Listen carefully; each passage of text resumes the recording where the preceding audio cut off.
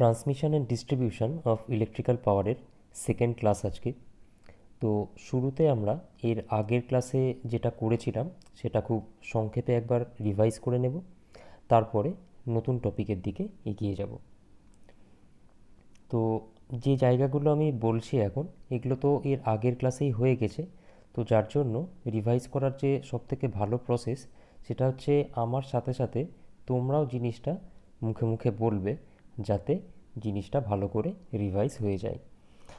তো প্রথম যে জিনিসটা, যে নেচার অফ কারেন্টের ওপর বেস করে আমরা ইলেকট্রিক্যাল সিস্টেমকে কয় ভাগে ভাগ করেছিলাম? দুই ভাগে ভাগ করেছিলাম।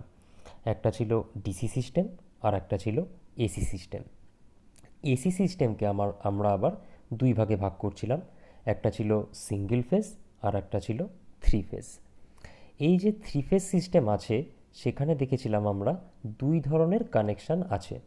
আচ্ছা, দুই ধরনের কানেকশান কি কি কানেকশান? একটা হচ্ছে স্টার কানেকশান আর একটা হচ্ছে ডেল্টা কানেকশান। আচ্ছা, এই যে স্টার কানেকশানের কথা বলছিলাম, এটা আবার দুই ধরনের কনফিগারেশন হতে পারে। কি কি হতে পারে? থ্রি ফেজ থ্রি ওয়্যার আর থ্রি ফেজ ফোর ওয়্যার। তো সেটাই দেখো এখানে দেখানো আছে। এটা হচ্ছে গিয়ে three phase three wire system, এটা হচ্ছে three phase four wire system. আর এটা হচ্ছে ডেল্টা কানেকশান। এর তো নিউট্রাল পয়েন্ট নেই, যার জন্য সবসময় থ্রি ফেজ থ্রি ওয়্যারই এর ক্ষেত্রে পসিবল। তো স্টার কানেকশান হোক বা ডেল্টা কানেকশান হোক, স্টার কানেকশানের মধ্যে থ্রি ফেজ থ্রি ওয়্যার হোক বা থ্রি ফেজ ফোর ওয়্যার হোক, যাই হোক না কেন, যখনই আমরা থ্রি ফেজ সিস্টেমের কথা বলছি, কয় ধরনের ভোল্টেজ দেখেছিলাম আমরা সেখানে? দুই ধরনের ভোল্টেজ। একটা ছিল লাইন ভোল্টেজ আর একটা ছিল ফেজ ভোল্টেজ। কারেন্টও ছিল দুই ধরনের। কি কি? একটা হচ্ছে লাইন কারেন্ট আর একটা হচ্ছে ফেজ কারেন্ট। তারপরে আমরা প্রত্যেকটা কনফিগারেশনের জন্য তাদের যে রিলেশনগুলো সেটা আমরা দেখেছিলাম। মনে রাখার যে সবথেকে সহজ উপায়, একটা জিনিস এখানে দেখে নাও, যাতে মুখস্থ করতে না হয়, খুব সহজেই যাতে মনে রাখতে পারো, সেটা একটু দেখিয়ে দিই। যেমন ধরো, এটা হচ্ছে আমার স্টার কানেকশান। তো স্টার কানেকশানে এখানে লাইনের মধ্যে দিয়ে যে কারেন্টগুলো যাচ্ছে সেটা হচ্ছে কি অবভিয়াসলি লাইন কারেন্ট। দেখো এখানে যে কারেন্টটা লাইনের মধ্যে দিয়ে যাচ্ছে সেই কারেন্টটাই কিন্তু ফেজের মধ্যে দিয়েও যাচ্ছে। তাহলে স্টার কানেকশানের জন্য আমি কি বলতে পারি? যেটা লাইন কারেন্ট সেটাই হচ্ছে ফেজ কারেন্ট, যেটা লাইন কারেন্ট সেটাই হচ্ছে ফেজ কারেন্ট, বা যেটা ফেজ কারেন্ট সেটাই হচ্ছে লাইন কারেন্ট। যখনই এটা মনে থাকবে যে স্টার কানেকশানের জন্য যেটা ফেজ কারেন্ট সেটাই লাইন কারেন্ট, তখন নিশ্চয়ই এটাও মনে রাখতে পারবে যে, এক মিনিট, তখন নিশ্চয়ই এটাও মনে রাখতে পারবে যে ফেজ ভোল্টেজ ইকুয়ালস টু হচ্ছে line voltage by root three. তার মানে এই একটা যদি মনে রাখতে পারো, আর এটা মনে রাখা তো খুব সহজ জিনিস, ছবিটা মনে থাকলেই তোমার মনে থাকবে যে লাইনে যে কারেন্টটা দেখতে পাচ্ছ সেটাই ফেজে ফ্লো করছে, তাহলে line current equals to phase current. সেটা মনে থাকলেই এটাও মনে থাকবে যে ফেজ ভোল্টেজ ইকুয়ালস টু হবে line voltage by root three. Delta কানেকশানের কথা যখনই বলা হবে, তখনই চোখের সামনে যেন এই ছবিটা ভেসে ওঠে। তাতে সুবিধা কোথায়? দেখো, এটা একটা লাইন, এটা একটা লাইন, এর মধ্যে যে ভোল্টেজ, দেখো সেই ভোল্টেজটা তো এই ভোল্টেজের সঙ্গে ইকুয়াল হবে। এটা হচ্ছে আমার লাইন ভোল্টেজ আর এটা হচ্ছে ফেজ ভোল্টেজ। তাহলে ডেল্টা কানেকশানের জন্য যেটা ফেজ ভোল্টেজ সেটাই হচ্ছে লাইন ভোল্টেজ। আর ভোল্টেজের যখন ইকুয়েশান এটা পেলাম, তখন ফেজ কারেন্ট কী হবে? ফেজ কারেন্ট হবে line current by root three. মানে একটা যদি মনে রাখতে পারো, তাহলেই দেখো আর একটা মনে থাকবে। আর একটাকে মনে রাখা কিন্তু খুব সহজ ব্যাপার, জাস্ট ছবিটা মনে রাখলেই হবে। তো সংক্ষেপে যদি আমি একবার বলতে চাই, যে স্টার কানেকশানের ক্ষেত্রে ছবিটা চোখের সামনে ভেসে উঠলেই যেটা মনে থাকবে, লাইনের মধ্যে দিয়ে যে কারেন্ট যাচ্ছে সেটাই ফেজের মধ্যে দিয়ে যাচ্ছে, তাহলে line current equals to phase current, বা phase current equals to line current. তাহলে ভোল্টেজ যদি বলি আমি, ফেজ ভোল্টেজ কী হবে? Line voltage by root three. আর এটা এটা গেল স্টার কানেকশান। আর ডেল্টা কানেকশানে কী হবে? ডেল্টা কানেকশানে দেখো, দুটো লাইনের অ্যাক্রসে যে ভোল্টেজ, সেই ভোল্টেজটা হচ্ছে ফেজের ভোল্টেজ। তাহলে ডেল্টা কানেকশানের জন্য phase voltage equals to line voltage, এটা মনে থাকলে কি মনে থাকবে? ফেজ কারেন্ট ইকুয়ালস টু হবে line current by root three. তো সেটাই এখানটায় দেখানো আছে স্টার কানেকশানের জন্য আর ডেল্টা কানেকশানের জন্য। এবার ভোল্টেজ আর কারেন্টের রিলেশান যাই হোক না কেন দুটো কনফিগারেশানের জন্য, পাওয়ারের ক্ষেত্রে স্টার কানেকশান হোক বা ডেল্টা কানেকশান হোক, ফর্মুলা কিন্তু 3 VI cos phi, যেখানে ভোল্টেজ আর কারেন্ট দুটোই হচ্ছে ফেজ ভোল্টেজ ফেজ কারেন্ট, আর লাইন ভোল্টেজ লাইন কারেন্ট দিয়ে বললে √3 × VI cos phi, যেখানে ভোল্টেজ আর কারেন্টটা হচ্ছে গিয়ে লাইন ভোল্টেজ নিয়েছি, যার জন্য সেখানে হচ্ছে √3। তো এগুলোর প্রুফ আসবে না, জাস্ট ফর্মুলাটা মনে রাখতে হবে, আমাদের সমস্ত জায়গায় কাজে লাগবে। যাই হোক, তারপরে আমরা এই লেআউটটা দেখেছিলাম, যেখানে দেখানো হয়েছিল এটা একটা জেনারেটিং স্টেশন, যেখানে একটা অল্টারনেটর আছে, তার যে ভোল্টেজটা সেটা দেখানো হয়েছিল 11 kV। এটা 6.6 kVও হতে পারে বা 33 kVও হতে পারে। তো একটা এক্সাম্পল নেওয়া হয়েছে জাস্ট এখানে 11 kV। সেই 11 kVটাকে একটা স্টেপ আপ ট্রান্সফর্মার, যেটাকে আমরা বলছিলাম জেনারেটর ট্রান্সফর্মার, সেটা দেখো এই 11 kVকে স্টেপ আপ করলো 132 kVতে। 132 kVতে স্টেপ আপ করার পরের যে পোর্শনটা, সেটাকে আমরা বলছি প্রাইমারি ট্রান্সমিশন। প্রাইমারি ট্রান্সমিশনের পর এই যে 132 kV ছিল, সেটা আর একটা ট্রান্সফর্মার দিয়ে 33 kVতে স্টেপ ডাউন করা হলো। এটা কোথায় হচ্ছে? রিসিভিং স্টেশনে। আর এরপর থেকে শুরু হচ্ছে আমার সেকেন্ডারি ট্রান্সমিশন। এই যে প্রাইমারি ট্রান্সমিশন আর সেকেন্ডারি ট্রান্সমিশন, এগুলো সমস্ত হচ্ছে 3 ফেজ 3 ওয়্যার, কারণ এখানটায় আমার কোনো কনজিউমার নেই, সিঙ্গেল ফেজ ইউজ করার কোনো গল্পও নেই, তাই জন্য 3 ফেজ 3 ওয়্যার টোটাল পোর্শনটাই। আচ্ছা, এরপরে এই যে 33 kVটা এখানে ট্রান্সফর্মারের আউটপুট থেকে পেয়েছিলাম, সেটাকে ফার্দার স্টেপ ডাউন করা হলো কততে? 11 kVতে স্টেপ ডাউন করা হলো। আর এই যে সাবস্টেশনটা, সেখান থেকে আমরা যে আউটপুটটা পাচ্ছি, সেখান থেকে আমাদের স্টার্ট হচ্ছে আমাদের ডিস্ট্রিবিউশন। প্রথমে থাকছে হচ্ছে প্রাইমারি ডিস্ট্রিবিউশন, যেখানে চলে যাচ্ছে বড় বড় কনজিউমারদের কাছে পাওয়ার সাপ্লাই হচ্ছে। আর তারপরে এই যে 11 kVটা এর আউটপুটে পেয়েছিলাম, সেটা আবার স্টেপ ডাউন হলো 400 ভোল্টে, যেখান থেকে স্টার্ট হচ্ছে আমাদের সেকেন্ডারি ডিস্ট্রিবিউশন। আর সেকেন্ডারি ডিস্ট্রিবিউশনটাই অ্যাকচুয়ালি আমাদের মতন ছোটোখাটো যারা কনজিউমার আছে তাদের জন্য। এই ট্রান্সফরমারটাকে আমরা বলি ডিস্ট্রিবিউশন ট্রান্সফরমার, যে সাবস্টেশনে আছে সেটাকে ডিস্ট্রিবিউশন সাবস্টেশনও বলা হয়ে থাকে। তাহলে এই গেল হচ্ছে আমার সিঙ্গেল লাইন ডায়াগ্রামের মাধ্যমে পাওয়ার সিস্টেমের যে লেআউট, সেটার রিপ্রেজেন্টেশন। এবার এখানে যেটা বলেছিলাম এর আগের দিন, যেখানে টপিকটা শেষ হয়েছিল, যে আমরা জেনারেটরের সাহায্যে অল্টারনেটর থেকে যে আউটপুট ভোল্টেজটা পেয়েছিলাম, সেটা এখানে দেখানো হয়েছে 11 kV। তারপরে আমরা করছিলাম সেটা হচ্ছে গিয়ে ট্রান্সমিশন। এবার ট্রান্সমিশন করতে গিয়ে আমরা দেখলাম ভোল্টেজটাকে হাই ভোল্টেজে স্টেপ আপ করেছি। তারপরে আবার ফার্দার স্টেপ ডাউন প্রথমে করেছি 33 kVতে, তারপরে আবার 11 kVতে। তো জেনারেটর 11 kVতে ভোল্টেজ তৈরি করেছিল, তো এত ট্রান্সফর্মার ইউজ করে আবার 11 kVতেই নিয়ে আসার কি দরকার ছিল? আমি তো ডিরেক্ট 11 kV যদি কি বলে 11 kVতেই যদি পাওয়ার ট্রান্সমিট করে দিতাম, তাহলেই তো হয়ে যেত। এত কিছু করার কি দরকার ছিল? তো সেটা এবার আমাদেরকে দেখতে হবে। বাট সেটা দেখার আগে আমরা কিছু বেসিক পয়েন্ট নিয়ে ফার্স্টে আলোচনা করে নেব, যাতে মেন যে ডিসকাশনটা হবে সেখানে যেন বুঝতে প্রবলেম না হয়।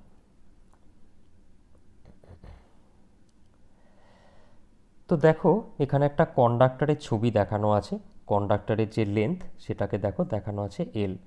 আর কন্ডাক্টরের যে ইন জেনারেল যে ক্রস সেকশন, সেটা সার্কুলার হয়। দেখো, এটা সার্কুলার ক্রস সেকশন দেখানো হয়েছে, আশা করি এটা বোঝা যাচ্ছে। আচ্ছা, তো এখান থেকে আমরা কিছু জিনিস দেখে নেব। ফার্স্টে প্রথম হচ্ছে গিয়ে, একটা কন্ডাক্টরের যখন কথা বলছি, তখন তার কিছুটা রেজিস্ট্যান্স থাকবে। রেজিস্ট্যান্সকে আমি আর দিয়ে ডিনোট করলাম। আর ইকুয়ালস টু কি আমরা পড়ে এসেছিলাম?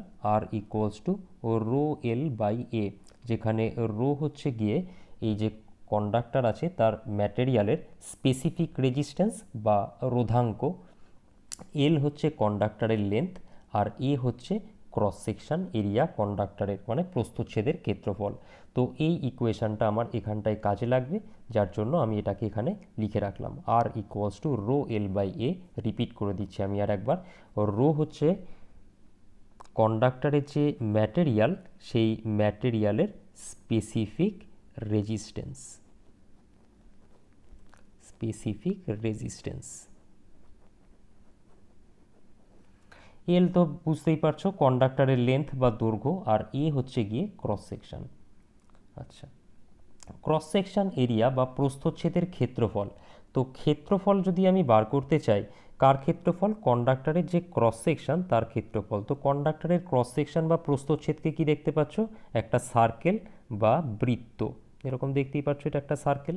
তাহলে একটা সার্কেলের যে ক্ষেত্রফল সেটাকে যদি আমি এ দিয়ে ডিনোট করি, ক্ষেত্রফল সমান কি হবে, পাই আর স্কোয়ার। যেখানে এই যে ছোট হাতের আরটা সেটা কি, ওই যে ক্রস সেকশন আছে তার, মানে এই যে সার্কেলটা পেয়েছি এখানটায়, এর রেডিয়াস বা ব্যাসার্ধ, মানে এটুকু যদি আর হয়, এটুকু যদি আর হয়। তাহলে এই গেল হচ্ছে গিয়ে A equals to pi r square. আচ্ছা, আরও একটা জিনিস এখানটায় বলো, কন্ডাক্টরের ভলিউম যদি বার করতে বলে, ভলিউম যদি বার করতে বলে,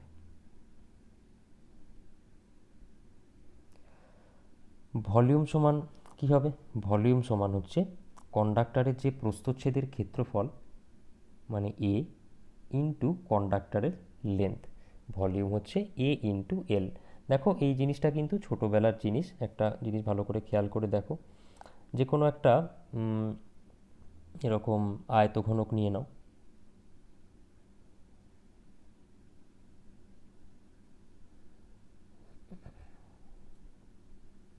এক মিনিট।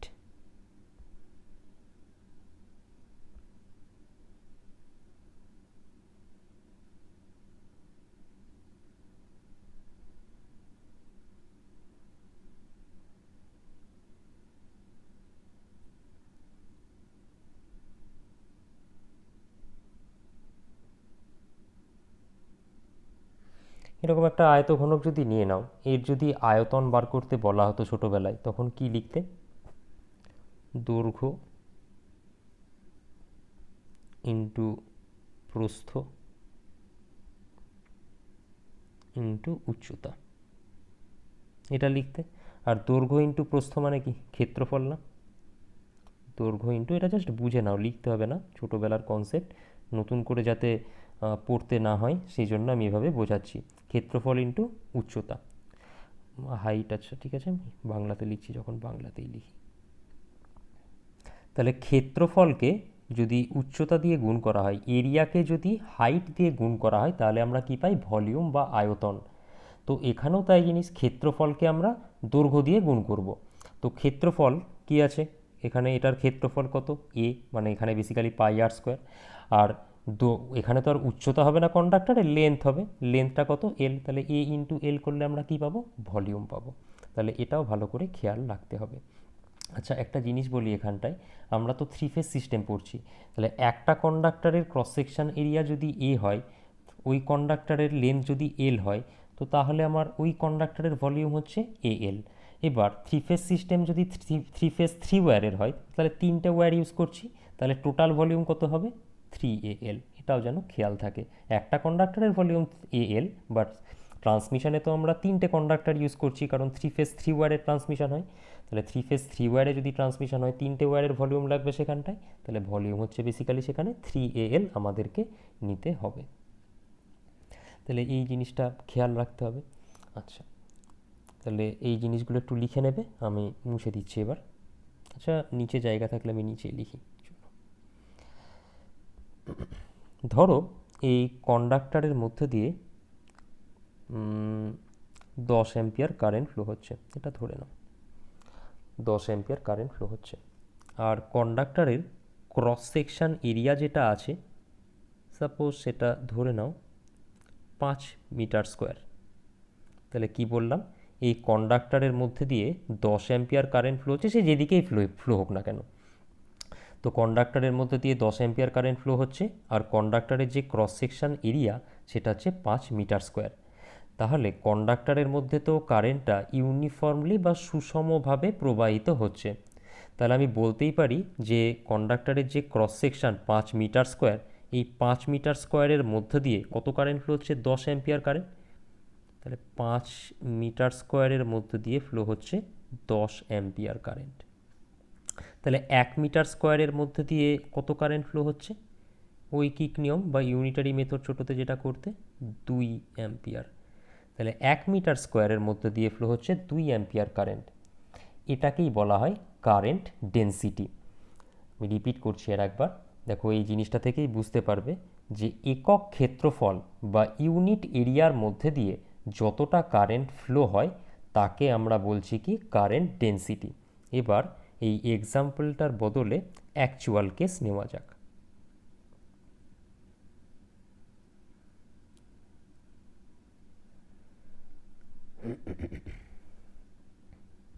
ধরো এই কন্ডাক্টরের মধ্যে দিয়ে আই কারেন্ট ফ্লো হচ্ছে, আর এই কন্ডাক্টরের ক্রস সেকশন এরিয়া তো আমরা জানি এ। তাহলে এ ক্রস সেকশন এরিয়ার মধ্যে দিয়ে কারেন্ট ফ্লো হচ্ছে কত, আই কারেন্ট। তাহলে 1 ইউনিট ক্রস সেকশনের মধ্যে দিয়ে কত কারেন্ট ফ্লো হবে, আই বাই এ। আর আমরা কি দেখলাম একটু আগে, যে ইউনিট এরিয়ার মধ্যে দিয়ে যতটা কারেন্ট ফ্লো হবে তাকে আমরা বলছি কারেন্টের ডেন্সিটি। তাহলে এই কন্ডাক্টরের কারেন্ট ডেন্সিটি কত হবে, আই বাই এ। আর কন্ডাক্টরের কারেন্ট ডেন্সিটিকে আমরা জে দিয়ে ডিনোট করি। চলো তাহলে সেটা লিখে নেওয়া যাক।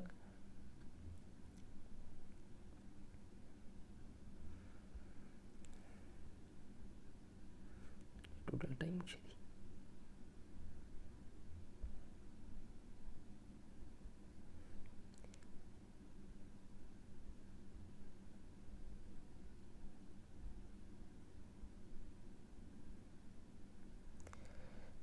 Current density J equals to current কত আই, আর প্রস্থচ্ছেদের ক্ষেত্রফল বা ক্রস সেকশন এরিয়া হচ্ছে এ, তাহলে আই বাই এ।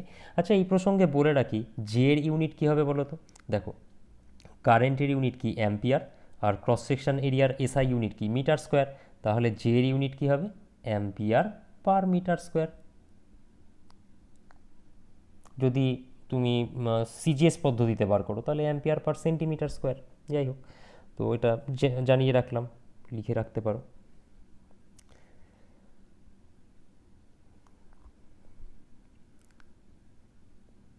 একটু ওয়েট করবে, জিনিসটা ইরেজ করে নিই।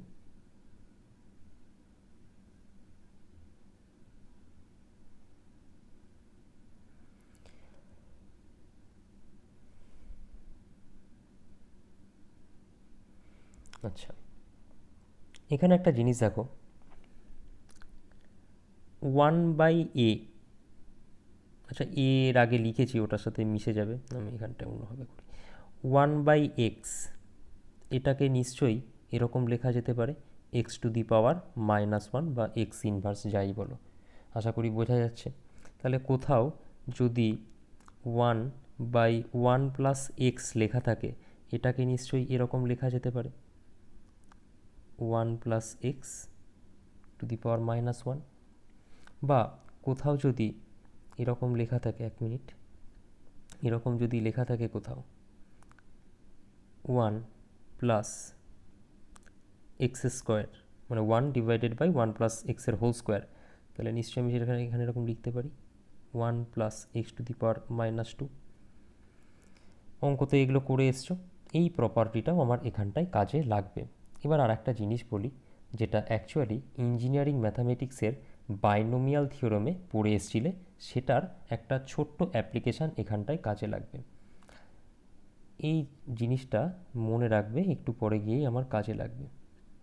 কোথাও যদি এরকম সিচুয়েশান তৈরি হয়, আচ্ছা এটা ঠিক আছে এখানে লিখে দিই, x1 plus x whole to the power minus n, এটার অ্যাপ্রক্সিমেট ভ্যালু হবে 1 মাইনাস এন এক্স। এটা এখানটায় আমার কাজে লাগবে। এক্সের ভ্যালু যদি খুব কম হয় তাহলে বাইনোমিয়াল থিওরেম অ্যাপ্লাই করে দেখা যায় 1 plus x whole to the power minus n equals to হবে 1 মাইনাস এন এক্স। তো যাই হোক, এই যে জিনিসগুলো দেখলাম আমরা এখানটায়, এই স্লাইডে যে জিনিসগুলো দেখলাম আর এখানে এই যে জিনিসগুলো দেখলাম, সেটারই অ্যাপ্লিকেশান আমরা এখানটায় দেখব। আচ্ছা এখানে আর একটা জিনিস বলে দিই, আশা করি জানো, কারণ মেশিন পড়তে গিয়ে অনেকবার পড়ানো হয়েছে।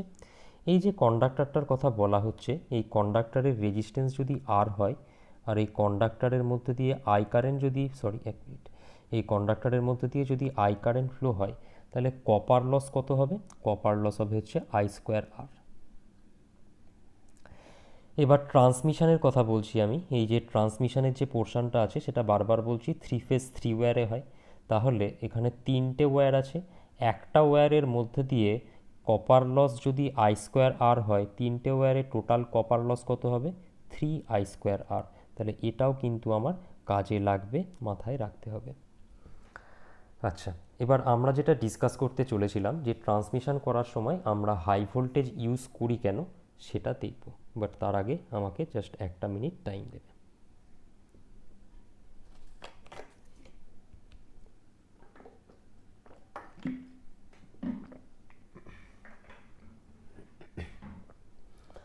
তো দেখো, advantages of high voltage advantages of high transmission voltage, mainly আমরা এই তিনটে অ্যাডভান্টেজ পাই। একটা হচ্ছে কন্ডাক্টর ম্যাটেরিয়াল যেটা আমরা ইউজ করছি তার ভলিউম কম লাগে, reduces the volume of conductor material. দুই হচ্ছে গিয়ে ট্রান্সমিশনের যে এফিসিয়েন্সি সেটা ইনক্রিজ হয়।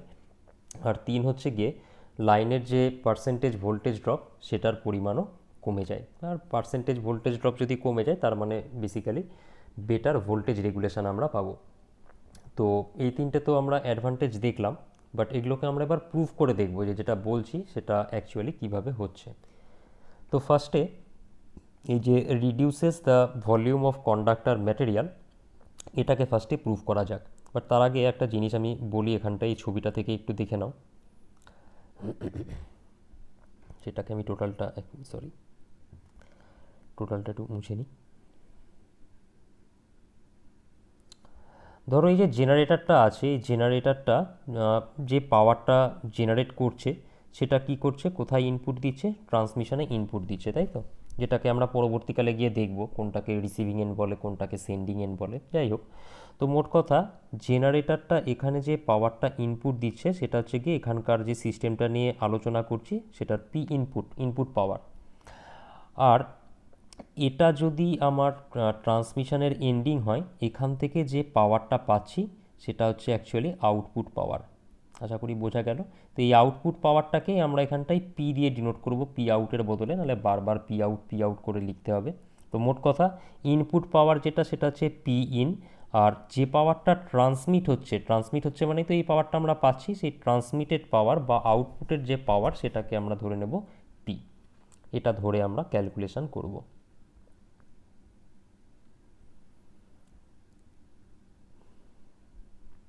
আচ্ছা, তো ফার্স্ট যে পয়েন্টটা ছিল সেখানে আমরা দেখলাম, যেটা বলেছিলাম যে কন্ডাক্টরের ভলিউম কম লাগবে।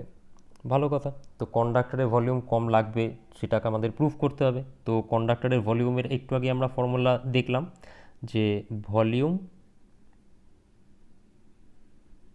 অফ দ্য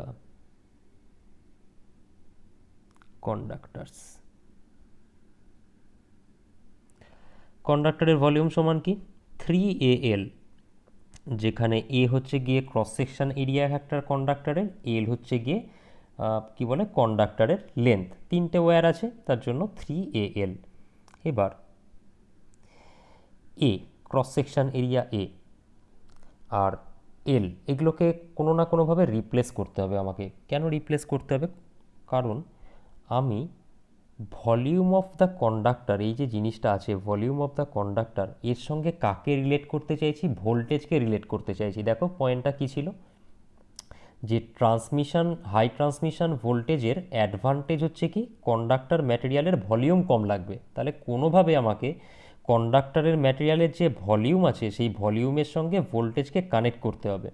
তো ভলিউমের যে এক্সপ্রেশন সেটা যদি 3AL হয়, এই এক্সপ্রেশনকে আমাকে এমনভাবে চেঞ্জ করতে হবে যাতে এর মধ্যে অ্যাটলিস্ট ভোল্টেজের একটা টার্ম আসে, তবে না গিয়ে ভলিউম আর ভোল্টেজকে আমি কানেক্ট করতে পারবো।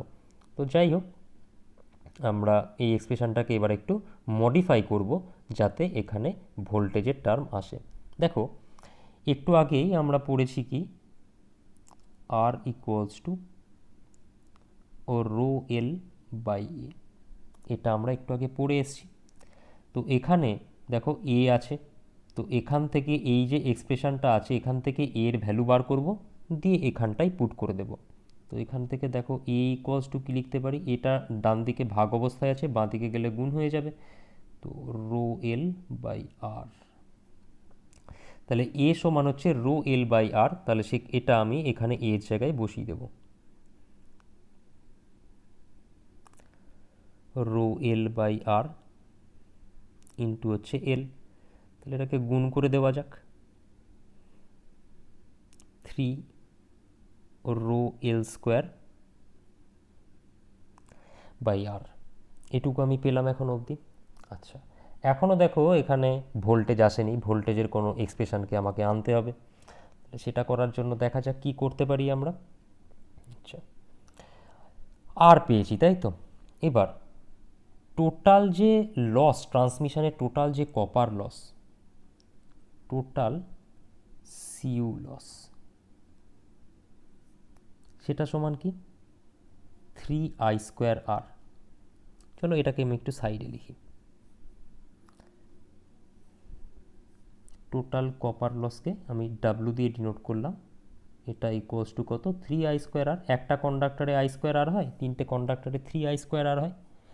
তাহলে এখান থেকে আর ইকুয়ালস টু কী লিখতে পারি আমি? W/3I²। তাহলে এখানে আর এর জায়গায় আমি W/3I² বসাতে পারি। চলো সেটা করে নেওয়া যাক। 3ρL² ডিভাইডেড বাই আর এর জায়গায় কি লিখব? W/3I²। দেখো 3I² যেটা আছে সেটা উপরে উঠে যাবে, তাহলে সেটা আমাদেরকে করতে হবে এখানটায়।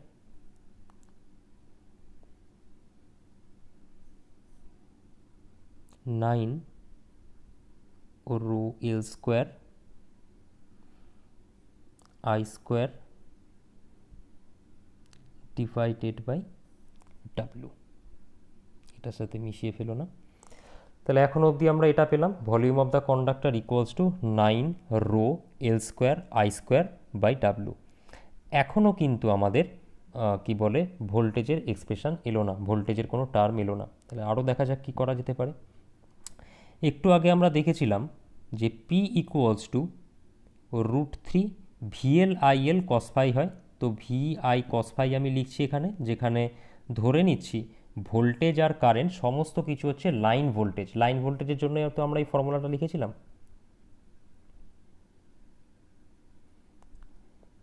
এই যে লাইন ভোল্টেজের জন্য আমরা কি লিখেছিলাম? P equals to √3 VL/IL cos phi। তো এখানে আমরা VL ইকুয়ালস টু ধরে নিচ্ছি V, IL ইকুয়ালস টু ধরে নিয়েছি I, যার জন্য VI cos phi লিখছি, √3 VI cos phi। কিন্তু V আর I সমস্ত কিছু কিন্তু লাইন ভোল্টেজ আর লাইন কারেন্ট, ফেজে নাই। তাহলে এখান থেকে আমি কি লিখতে পারি?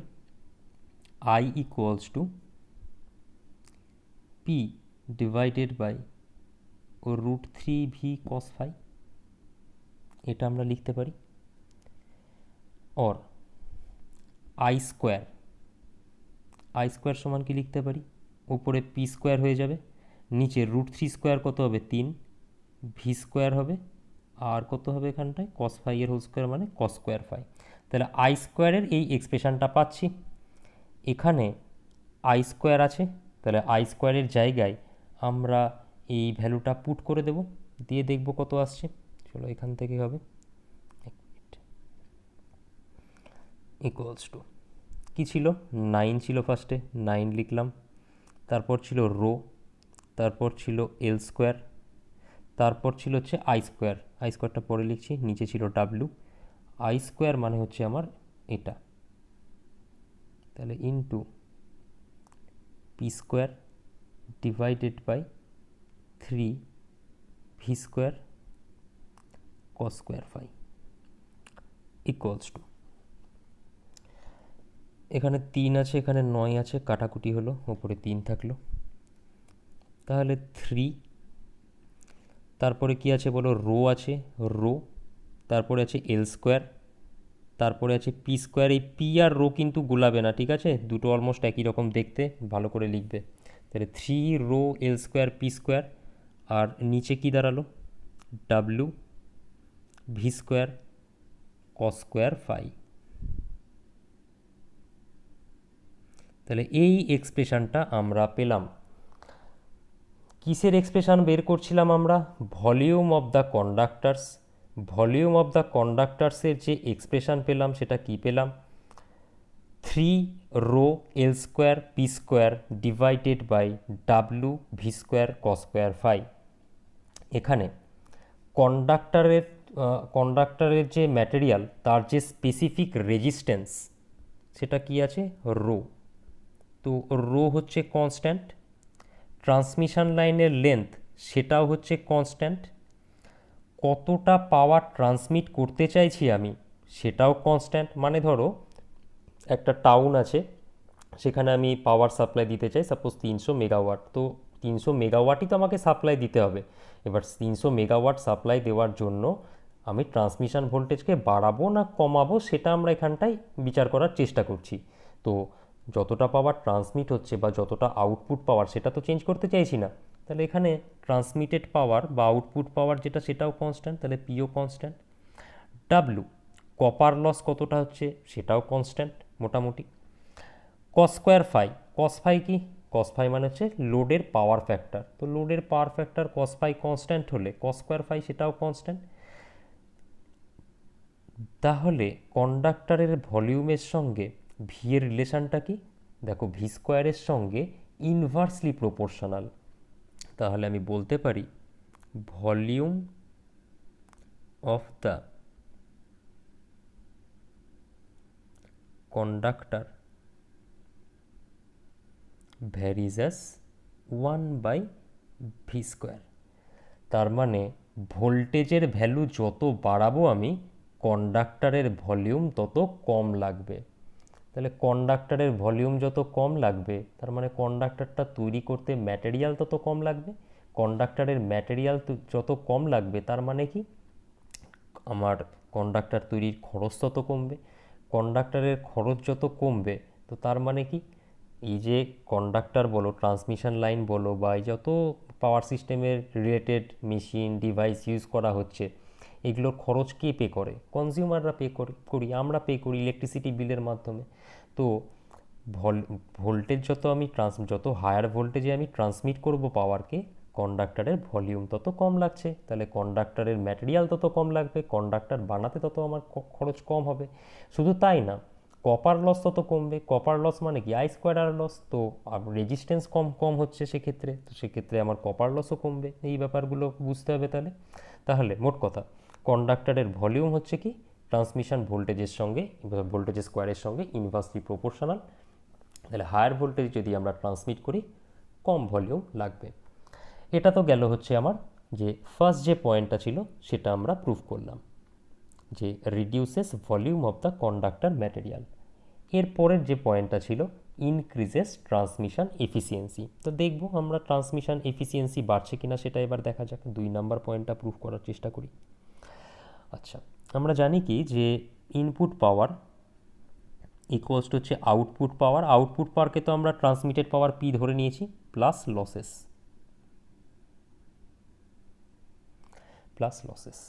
আচ্ছা, এবার লসেস, এখানে লসেস কি আছে আমার, কপার লস, সেটা কত, 3I²R,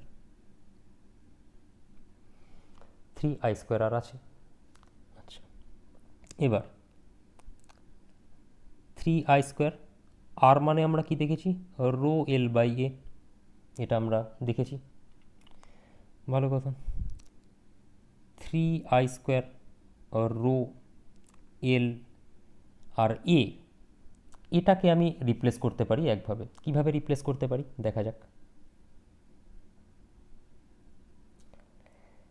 এখানে দেখো জে ইকুয়ালস টু কী লেখা আছে, জে ইকুয়ালস টু লেখা আছে I/A। J equals to current density সমান আমরা কি পেয়েছিলাম, I/A। তাহলে এ ইকুয়ালস টু আমরা কি লিখতে পারি, I/J লিখতে পারি নিশ্চয়ই। এটা এখানে ভাগ ছিল, এদিকে গেলে গুণ হবে, যেটা ওখানে উপরে ছিল এদিকে নিচে চলে আসবে, তাহলে এ ইকুয়ালস টু আমরা লিখতে পারি I/J।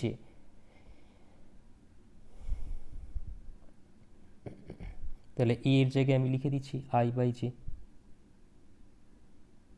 যেটা এবার তাহলে কী হবে, উপরে উঠে যাবে, নিউমারেটারে চলে যাবে, লবে চলে যাবে, 3I² rho L J divided by I. এটা আশা করি, আচ্ছা এখানে নিচে একটা আই আছে আর উপরে দেখো I² আছে, দেখো উপরে I² আছে নিচে আই আছে, তাহলে এখানে আবার কাটাকুটি হবে, তাহলে 3I রো এল জে, এটা আমরা পেলাম। এবার এই যে আই পেলাম এটাকেও আমরা কি বলে রিপ্লেস করতে পারি। কিভাবে রিপ্লেস করতে পারি দেখো, এখানটায় ছোট করে দেখিয়ে দিই। পি ইকুয়ালস টু কী পেয়েছিলাম, √3 VI cos phi, যেখানে ভি আর আই সব হচ্ছে লাইন ভোল্টেজ, লাইন কারেন্ট, আর পিটা হচ্ছে কি ট্রান্সমিটেড পাওয়ার বা আউটপুট পাওয়ার, যেটা আমরা এখানে ট্রান্সমিট করছি। তাহলে এখান থেকে আই ইকুয়ালস টু কী লিখতে পারি? আই ইকুয়ালস টু লেখা যেতে পারে P divided by √3v cos phi। তাহলে আই এর জায়গায় আমরা P divided by √3v cos phi বসাতে পারি এই আই এর জায়গায়, সেটাই আমরা করব।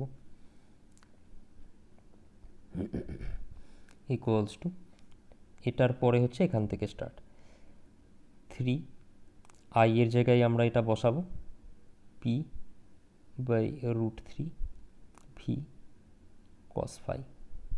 আই এর জায়গায় এটা বসিয়ে দিলাম। তারপর কি কি ছিল? Rho L J. আবার একটা কথা বলি, পি আর রো দুটোকে কিন্তু গোলাবে না, একটা পি একটা হচ্ছে রো। দেখো তো এখানে কি কি কাটাকুটি যায়। এখানে 3 আছে, নিচে √3 আছে, তাহলে √3, তারপরে আছে কি পি, তারপরে আছে রো, তারপরে আছে এল, তারপরে আছে জে, নিচে আছে ভি cos phi। তাহলে এটা আমরা কি বার করলাম? এটা বার করলাম হচ্ছে টোটাল কতটা লস হচ্ছে। বেশ, এবারে আমরা বের করব যেটা, সেটা হচ্ছে এফিসিয়েন্সি। আমরা ট্রান্সমিশন এফিসিয়েন্সির কথা বলছিলাম।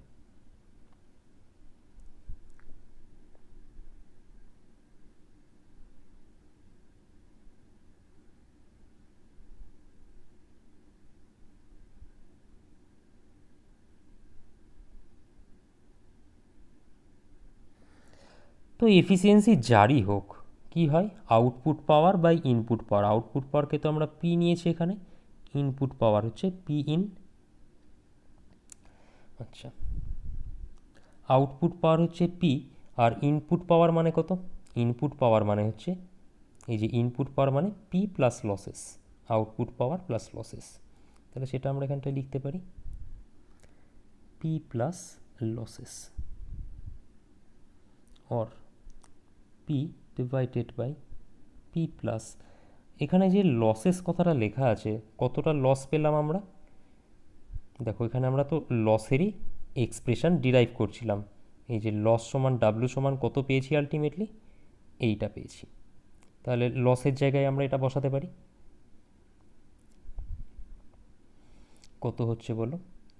√3, তারপর কত আছে P rho L J, P rho L J by V cos phi। এটা আছে। আচ্ছা, দেখো ওপর নিচে সবগুলো টার্মেই পি আছে। দেখো এখানেও পি আছে, এখানেও পি আছে, এখানেও পি আছে। তাহলে ওপর নিচে যদি সব জায়গাতেই পি থাকে, ওপর নিচকে আমি লব আর হরকে আমি পি দিয়ে ভাগ করে দেবো। তাহলে পি টার্মগুলো ক্যান্সেল হয়ে যাবে, ফালতু এক্সপ্রেশনটা বড় করে তো লাভ নাই। তাহলে ইটা ইকুয়ালস টু যেটা পাচ্ছি আমরা, দেখো আমরা এফিসিয়েন্সি বার করছি, ইটা ইকুয়ালস টু যেটা পাচ্ছি, ওপর নিচে পি দিয়ে ভাগ করে দিচ্ছি, তাহলে এখানে 1 হয়ে গেল, এই পিটাও কেটে গিয়ে 1 হয়ে গেল। এখানে ফার্স্টে আছে √3 লিখলাম, তারপরে পি ছিল, পিটা কেটে গেল, পড়ে থাকলো rho L J by V cos phi। আশা করি এই অবধি বোঝা গেছে। Or 1 divided by 1 plus X, এই যে টোটাল এত বড় টার্মটা আছে, এটাকে আমি এক্স ধরে নিলাম, এটাকে আমি এক্স ধরে নিলাম, সেটাই এক্স লিখেছি, আর কিছুই না। তাহলে 1 বাই 1 প্লাস এক্স, এটাকে আমি কি লিখতে পারি? 1 plus x whole to the power -1। আর এটাকে একটু আগে দেখালাম বাইনোমিয়াল থিওরেমের অ্যাপ্রক্সিমেশন ইউজ করে আমি কি লিখতে পারি? 1 minus x, or eta equals to, sorry অ্যাপ্রক্সিমেশনের সিম্বলটাই দিই, 1 মাইনাস এক্স মানে কোনটা? এক্স মানে হচ্ছে এই যে জিনিসটা আমি ধরে নিয়েছিলাম। তাহলে এটা লিখে নেওয়া যাক, √3 rho L J, √3 rho L J divided by V cos phi, divided by V cos phi। আচ্ছা, 1 মিনিট একটু ওয়েট করবে, আমি একটু চেক করে নিই জায়গা কোথাও, সরি 1 মিনিট, সব জায়গাগুলো টার্মগুলো ঠিকঠাক আছে কি না।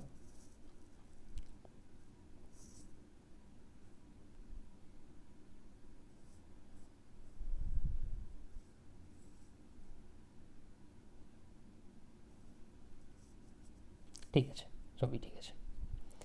তাহলে পেলাম আমরা efficiency is almost equal to 1 - √3 rho L J divided by V cos phi.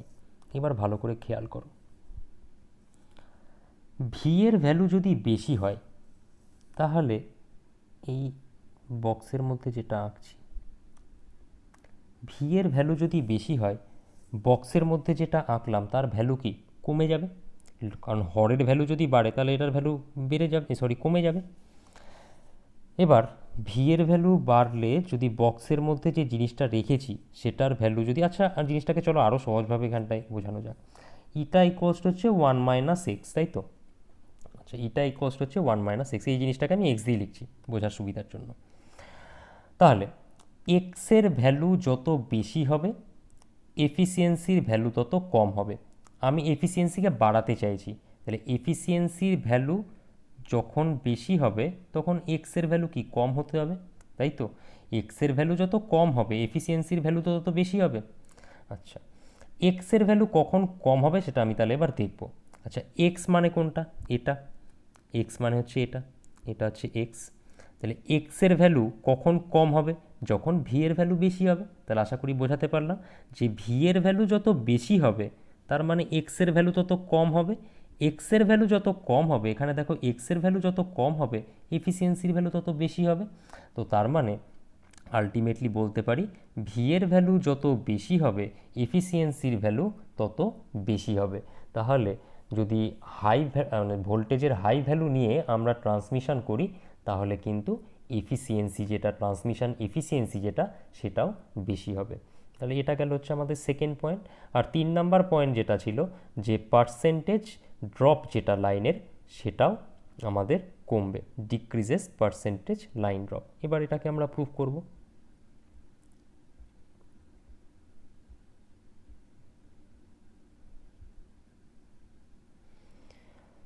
আচ্ছা, তো লাইন ড্রপ,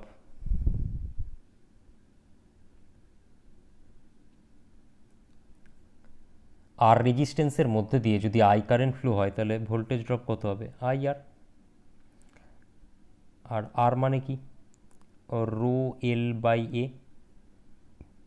এই অবধি তো আশা করি বোঝাই যাচ্ছে। তাহলে আলটিমেটলি এটা কি দাঁড়ালো? I rho L by A, এটা আমরা পেলাম। আচ্ছা, এবার আর একটা জিনিস, একটু আগে আমরা দেখেছি current density J equals to কি? I by A.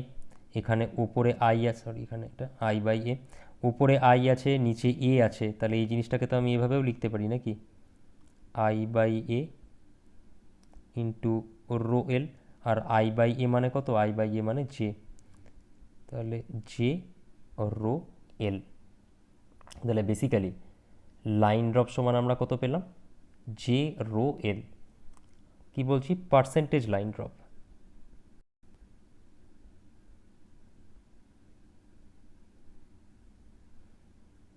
Percentage line drop কী হবে? কতটা ড্রপ হয়েছে ডিভাইডেড বাই কত ভোল্টেজে আমি পাঠিয়েছি। তাহলে জে রো এল এতটা ড্রপ হয়েছে, আর টোটাল ভোল্টেজ কত আমার? ভি, টোটাল যে লাইন ভোল্টেজ, ইন্টু 100। তাহলে দেখতেই পাচ্ছ লাইন ড্রপ, লাইনের যে voltage drop, percentage line drop, সেটা কখন কম হবে? যখন ভোল্টেজের ভ্যালু বেশি হবে। তাহলে হাই ভোল্টেজে যদি আমি ট্রান্সমিট করি তাহলে পার্সেন্টেজ লাইন ড্রপ কমে যাবে। তাহলে আমরা বেসিক্যালি দেখলাম হাই ভোল্টেজে ট্রান্সমিট করার তিনটে বড় সড়ো অ্যাডভান্টেজ আছে। এক হচ্ছে গিয়ে কন্ডাক্টরের যে ভলিউম সেটা কম লাগছে, দুই হচ্ছে ট্রান্সমিশন যে এফিসিয়েন্সি সেটা বাড়ছে, আর তিন হচ্ছে পার্সেন্টেজ লাইন ড্রপ যেটা সেটাও কমছে। তো পরীক্ষায় যে কোনো একটা প্রুফ করতে দেয়, অনেক সময় সবগুলোই প্রুফ করতে দিতে পারে, সেক্ষেত্রে কোশ্চেনের নাম্বারটাও সেরকম বেশি দেওয়া হয়, 10 নাম্বার দেওয়া হয়।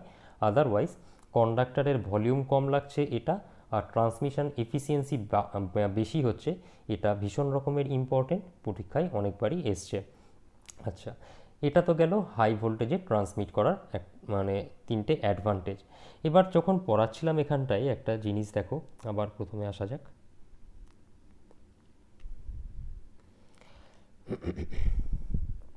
চলো এখানে একটু মুছে দিই। তাহলে 11 কেবির থেকে আমরা এখানটায় 132-এ স্টেপ আপ করেছি। ইভেন এটাও বলেছি যে এটা 132ই হতে হবে তার কোনো মানে নেই, ইন্ডিয়াতে 765 কেভি অবধিও লাইন আছে। তো 765 কেভি কেন, আমি আরও বাড়িয়ে দেবো, 1000 কেভি করব, বা তার থেকেও বেশি করব, 2000 3000 কেভি, যত খুশি বাড়িয়ে দেবো। তাতে তো আমার এই যে কন্ডাক্টরের ভলিউম সেটাও কম লাগবে, ট্রান্সমিশন এফিসিয়েন্সি আরও বেশি হবে, লাইনের ড্রপ আরও কমে যাবে। তো ভোল্টেজ তো যত বাড়াচ্ছি তত আমার এগুলো আমার সুবিধাগুলো পাচ্ছি। তাহলে 765-তে বা ওরকম ভোল্টেজে কেন থেমে যাচ্ছি, আরও তো বাড়াতে পারি। তো ভোল্টেজ যত খুশি বাড়ানো পসিবল নয়। কেন পসিবল নয়, সেক্ষেত্রে পার্টিকুলার কিছু ডিসঅ্যাডভান্টেজ আছে। দেখো, শুধুমাত্র ভোল্টেজ বাড়ালেই হলো না, ভোল্টেজ বাড়ানোর সঙ্গে সঙ্গে ইনসুলেশন যেগুলো আমাকে প্রোভাইড করতে হবে, সেই ইনসুলেশনের খরচাও কিন্তু বেড়ে যাবে, কারণ আরও বেটার ইনসুলেশন আমাকে প্রোভাইড করতে হবে। চলো এই ছবিটাতে এখানে দেখো একটু ছোট্ট করে, এই যে জিনিসগুলো আছে এগুলো হচ্ছে সব ইনসুলেটার। আমরা এগুলো সব পড়বো, এই ট্রান্সমিশন ডিস্ট্রিবিউশন সাবজেক্টে এগুলো আমরা সব পড়বো। তো এই যে ইনসুলেটারগুলো আছে, এই ইনসুলেটারগুলো আরও হেভি ইনসুলেটার, মানে আরও ভালো ইনসুলেটার তৈরি করতে হবে, তাহলে তার খরচ বাড়বে। তারপরে কি বলে, যখনই আমি হাই ভোল্টেজে যখন ট্রান্সমিট করছি, তার সংলগ্ন যত ইনস্ট্রুমেন্ট আছে, যত মেশিন আছে, ট্রান্সফর্মার হতে পারে, সুইচ গিয়ারের যত ধরনের ইনস্ট্রুমেন্ট আছে, যত ধরনের ডিভাইস আছে, সেগুলোর রেটিংও সমস্ত বাড়াতে হবে। কারণ সেই ক্যাপাসিটির ভোল্টেজ বা সেই ক্যাপাসিটির কারেন্টকে হ্যান্ডেল করার জন্য বাকি মেশিনগুলোকেও আমাকে চেঞ্জ করতে হবে। তো তাহলে প্রত্যেকটার রেটিং কিন্তু বাড়াতে হবে, প্রত্যেকটার কনস্ট্রাকশানের খরচ কিন্তু বাড়বে। তাহলে আলটিমেটলি আমাকে একটা কি বলবো, কম্প্রোমাইজে আসতে হবে, যে এফিসিয়েন্সি আর ইকোনমি দুটোর মধ্যে একটা কম্প্রোমাইজে আনতে হবে। কারণ কি দেখো, পাওয়ার সিস্টেমের মেন উদ্দেশ্য কিন্তু এটা নয় যে পাওয়ারটাকে জেনারেট করব, পাওয়ার সিস্টেমের মেন উদ্দেশ্য এটাও যে কনজিউমারের কাছে পাওয়ারটাকে পৌঁছে দেব, এবং তারা যেন সেটা আনইন্টারাপ্টেডলি ইউজ করতে পারে এবং সেটাকে ইউজ করার জন্য উৎসাহিত হয়। তো আমি হাই ভোল্টেজে ট্রান্সমিট করার জন্য ভোল্টেজকে এতটা পরিমাণ বাড়িয়ে দিচ্ছি যে তার জন্য যে ইনস্টলেশন চার্জ সেগুলোর, বা যে মেশিনগুলো লাগবে বা যে ডিভাইসগুলো লাগবে, সেগুলোর খরচ এত বেড়ে যাচ্ছে যে কনজিউমার সেটা পেই করতে পারছে না। তাহলে তো সেই ইলেকট্রিসিটি ইউজ করবে, আলটিমেটলি কোনো লাভ হলো না। তাহলে এফিসিয়েন্সিকেও যেরকম আমার বেশি রাখতে হবে, ইকোনমিকেও আমার কিন্তু মানে যে খরচ যেটা সেটাকেও কিন্তু মিনিমাম রাখতে হবে। তাহলে তার জন্য একটা মিনিমাম কম্প্রোমাইজ করা হয়, যেখানে এফিসিয়েন্সির দিকটাকেও কনসিডার করা হয়, ইকোনমির দিকটাকেও কনসিডার করা হয়, তার ওপর বেস করে ভোল্টেজটাকে ডিসাইড করা হয়। তো যার জন্য ভোল্টেজকে আমরা যত খুশি বাড়িয়ে দিতে পারি না। যেমন ধরো আর একটা এক্সাম্পল নাও, আমরা যে কন্ডাক্টর ইউজ করছি, এই যে আগের সেমিস্টারে মেশিনে এত কিছু পড়েছো, ট্রান্সফর্মার পড়েছো, ডিসি মেশিন পড়েছো, তো সেখানে আমরা কন্ডাক্টর হিসেবে কি ইউজ করেছিলাম, কপার ইউজ করেছিলাম। এক মিনিট,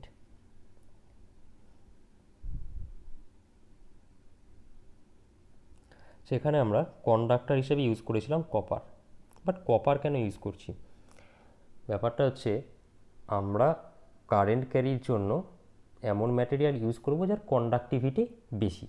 তো কপার কারেন্ট কপারের কারেন্ট ক্যারিং মানে যে প্রপার্টি, সেটা অবশ্যই খুব ভালো, কিন্তু কপারের থেকেও তো গোল্ড বা সিলভার, এদের তো আরও ভালো প্রপার্টি আছে। গোল্ডেরও কি বলে কন্ডাক্টিভিটি কপারের থেকে বেশি, সিলভারেরও কন্ডাক্টিভিটি কপারের থেকে বেশি। তা গোল্ড সিলভারের পরিবর্তে আমি কপার কেন ইউজ করছি, তাহলে ব্যাপারটা হচ্ছে আমি একটা ট্রান্সফর্মার বানালাম বা একটা ডিসি মেশিন বানালাম, বা এই সেমিস্টার অনেক মেশিন আছে, তো সেটার এফিসিয়েন্সি বাড়ানোর জন্য কপারের পরিবর্তে আমি সোনার তার বা রূপোর তার ইউজ করে দিলাম।